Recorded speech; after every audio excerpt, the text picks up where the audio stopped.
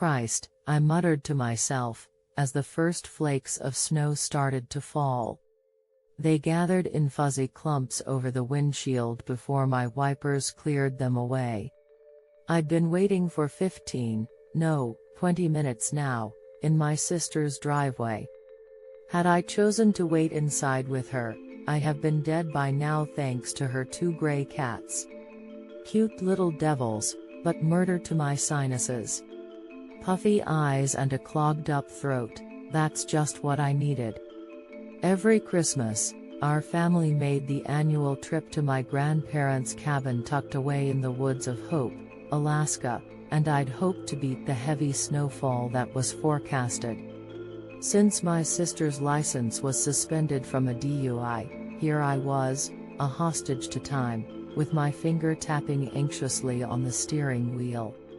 When my mother had asked me to be the one to grab my sister, I had honestly dreaded it from the start. It wasn't that we hated one another, we just weren't as close anymore. After decades of constant arguments and bitter disagreements, we became distant and our relationship fizzled. Yes, we were siblings, but it felt more accurate to call us the residue of what siblings once were. Finally, like the gates of Valhalla, her front door opened, and out she came. Her hair was forest green. The last time I'd seen her, it had been white. The time before that, it was violet. Got everything? I asked, as she clambered her way into the passenger's seat. Move, she responded, as she adjusted her glasses and stuffed a few bags in the back seat. And just like that, we were off. Hope was about a 30-minute drive, and it didn't take long for the awkward silence to inflate between us. It didn't help that the radio didn't work in my car and that the broken auxiliary port made your music sound like it was having a seizure.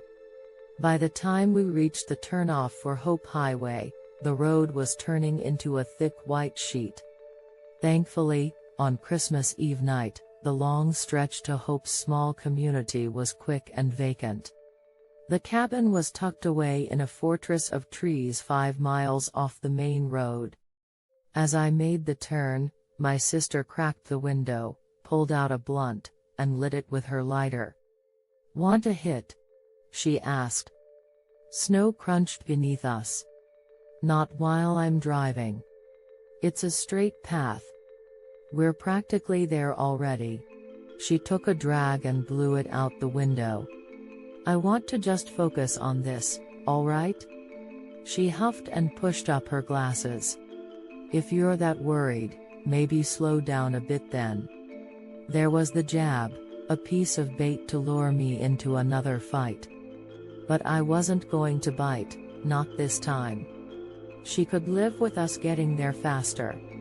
The drive was almost over, and soon I'd be in a warm living room with my feet up, a spiked eggnog in my hand and Bobby Helms' Jingle Bell Rock in the air. I could already hear Uncle Jed spouting off one of his crude jokes, "Why does Santa Claus have such a big dude?" My sister shrieked, jabbing a finger in my side and whipping my mind back to the windshield. The car had just finished winding around the thick trail. The large body of a reindeer stood in our path. Eyes wide open and blank, it didn't move as the high beams found it. Snapped into a panic, I twisted the wheels in a desperate swerve. The car veered greasily to the side in a fine spray of slosh. The reindeer, also known as a caribou, remained still, even as the bumper soared inches from its nose. We came to a crunching halt off the main path. "Jesus," I sighed, blessed with relief, "did we hit it?" "No," my sister said, leaning out the window to check, while exhaling another plume of smoke. I wound the steering wheel back around and pressed on the gas. The wheels shrilled in place, kicking up globs of sleet but not moving an inch. "Perfect," I moaned and unfolded myself from the seat to check it out. The two front tires were caked in black slush and practically swallowed in a mound of snow. I kicked at it, trying to clear off the icy debris from the treads and beneath the wheel well. When that tired me out, I resorted to scraping it off with my fingers. "Screw off, Prancer," I heard my sister call toward the dark silhouette of the reindeer, its antlers like gnarled fingers reaching for the treetops. Then she made a sort of startled yip, followed by a "what the fuck?" I looked up from the scrim of snow. The reindeer was now standing tall on both of its hind legs.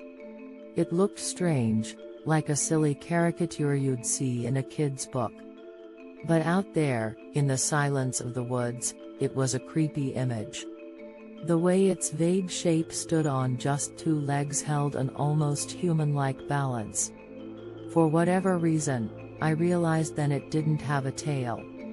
Its muscular neck craned to the side and let out an ululating scream, a miserable squeal of metal grinding against metal. My legs were ice sculptures, cementing me to the spot as the shriek quieted to a succession of wet grunts. The reindeer dropped down to its original posture and stomped heavily. Puffs of white vapor and strings of snot vented from its nostrils. I was no hunter, but it didn't take a lot to tell when a pissed-off animal was about to charge.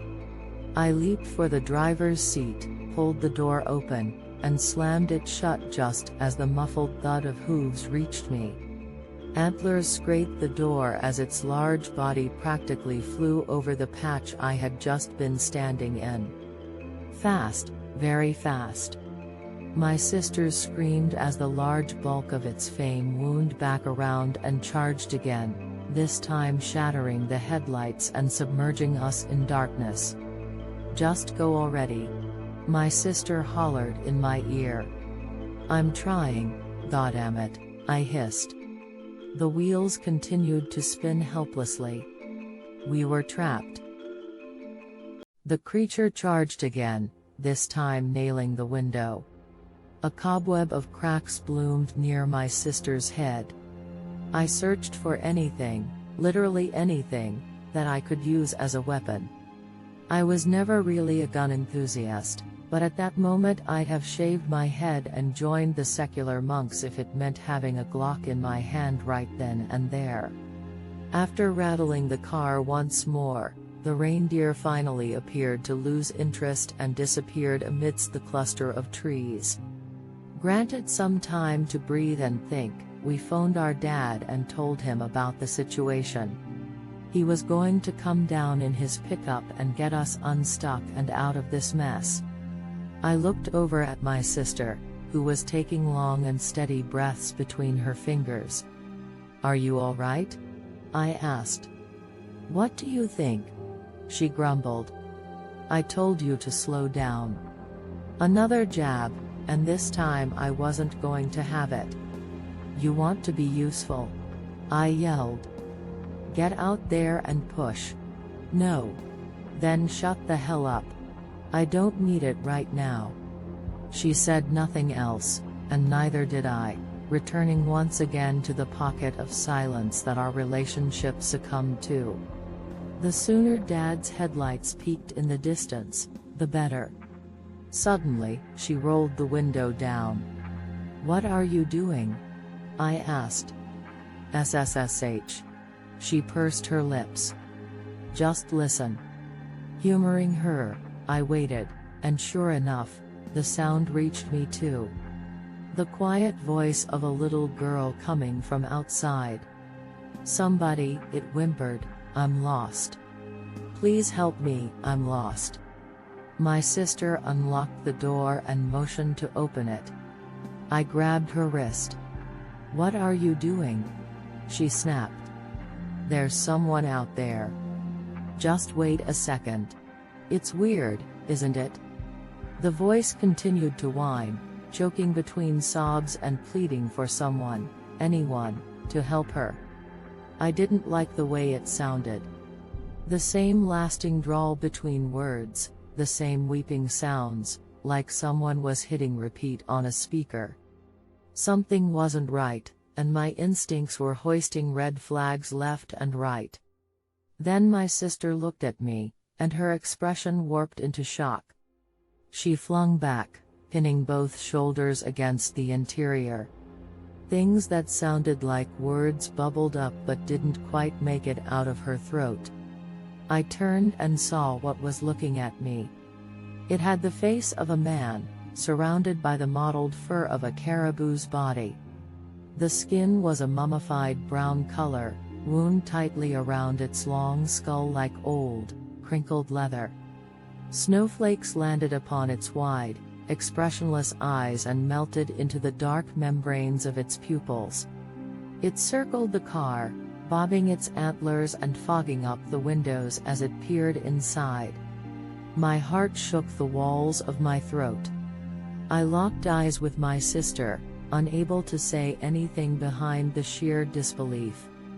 I should have grabbed my phone, snapped a photo, recorded a video. Anything. But my thoughts were jangled. It then let out that same horrible scream, but I didn't see its tight, contorted lips open. The sound was coming from its neck. Small, fleshy orifices, flapping open like mouths, were converting the high-pitched shrill into the mimicked cry of a little girl. "Help me, I'm lost. Help me." Headlights glazed the area. My father's pickup came into view, paving its way down the path. The reindeer, or whatever the fuck it was, ran off, vanishing once again into the snow-covered thicket. Nobody believed us. Why would they? If anybody had told me that story, I would have assumed they were hopped up on some crazy psychedelic. But the reality of what I saw was cold, and it's something I still to this day can't fully swallow. Instead of sleeping that night, my sister and I did some research that led us to the myth of skinwalkers, beings of some sort, capable of mimicking voices and disguising themselves as animals to lure people into the woods. After reading other accounts, there wasn't a doubt in my mind what we'd witnessed out there. Every so often that night, I'd stare out the window and eye the yard, wondering if I'd see that leathery face watching from the tree line. Neither I nor my sister ever made that trip again, much to the frustration of my family. But there was a silver lining. She and I have never been closer.